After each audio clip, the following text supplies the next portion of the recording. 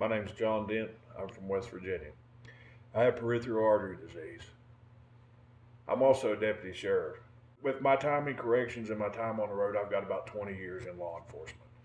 And in that line of work, peripheral artery disease and being a road deputy or police officer out on the street don't gel real good together. I've always been an active guy. My whole life, I've always been a big guy. And even in the academy, I was 275 pounds. I was the biggest guy in the academy. But at the time, every morning, I outran everyone. Now, I think at the time, I had just started developing peripheral artery disease because I'd noticed a couple of times when I'd been running, I'd had a little bit of cramps in my calves. What I dismissed as cramps.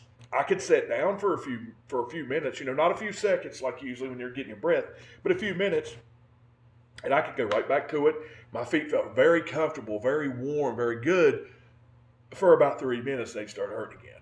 So I knew something was going on there. So one day, all of a sudden, man, I got outside of my cruiser, and my leg just seized up completely, and I couldn't figure out what was going on. Man, it just felt like my leg was in a vice.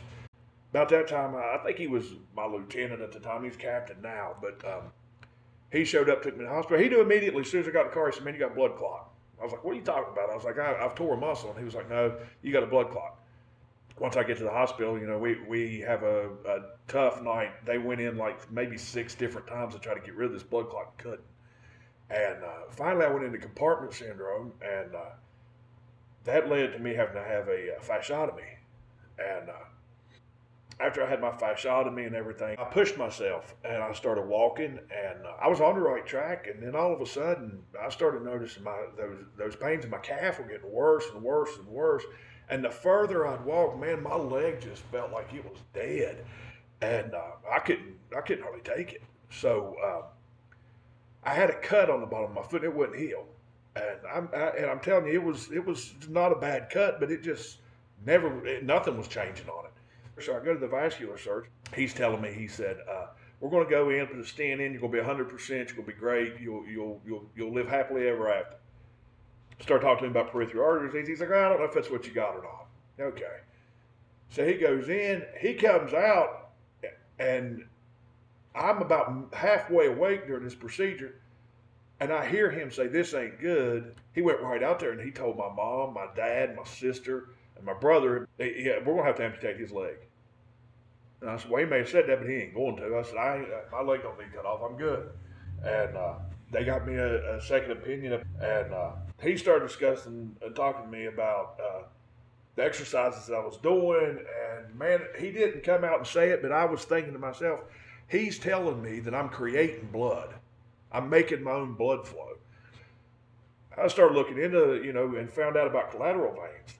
And the harder you work, even if you have great blood flow, once you get so much blood flow into your arteries and stuff, it's too much for it.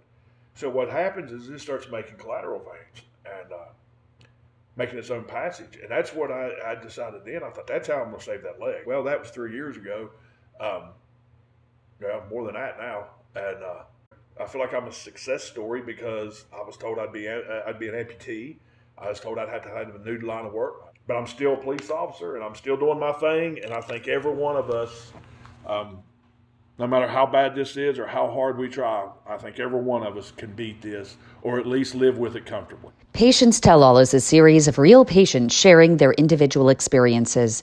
Individual results may vary. Patient testimonials are not claimed to represent typical results or guarantee that anyone will achieve the same or similar results. This series is for educational purposes only, and any advice offered is not a substitute for medical advice from your own supervising physician. Do not act on any information provided in this series without explicit consent from your own healthcare team. For more information on vascular diseases, go to www.standagainsamputation.com. And for real-time support, go to www.theweightofmyheart.org.